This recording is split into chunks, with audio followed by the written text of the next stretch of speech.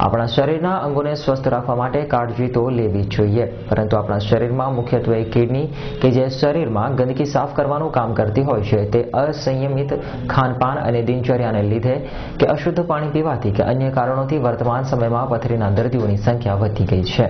અને પથરી એ એક એવી બીમારી છે કે જેમાં દર્દીને અસહ્ય દર્દ સહન કરવો પડતો હોય છે.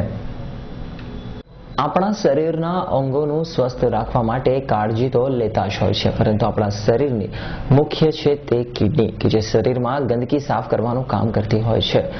અસંયમિત ખાનપાન અને દિનચર્યાને લીધે કે અશુદ્ધ પાણી પીવાથી કે અન્ય કારણોથી વર્તમાન સમયમાં પથરીના દર્દીઓની સંખ્યા વધતી જાય છે.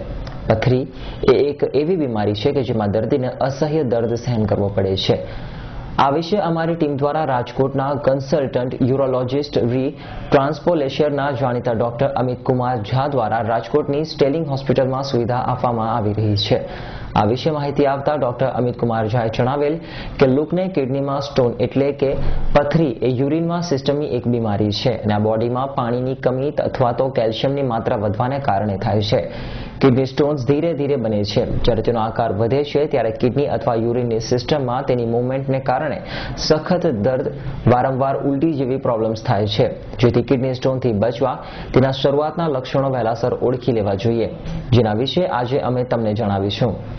કિડનીને સ્વસ્થ રાખવા કેટલાક ઉપાય છે, જેમ કે ખૂબ જ પાણી પીવું, ફ્રૂટ્સ વધુ પ્રમાણમાં ખાવા, મીઠું ઓછું ખાવું, સોફ્ટ ડ્રિંક્સ ઓછા પીવા, નોનવેજ મર્યાદિત પ્રમાણમાં ખાવું જોઈએ. જ્યારે સ્ટોનની સમસ્યા હોય ત્યારે આ બાબતનું ખાસ ધ્યાન રાખવું.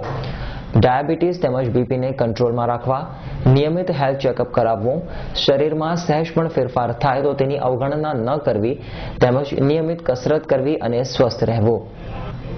કેમેરામેન ધીરેન રાઠોડ સાથે હિતેશ કુમાર રાઠોડ, રાજકોટ.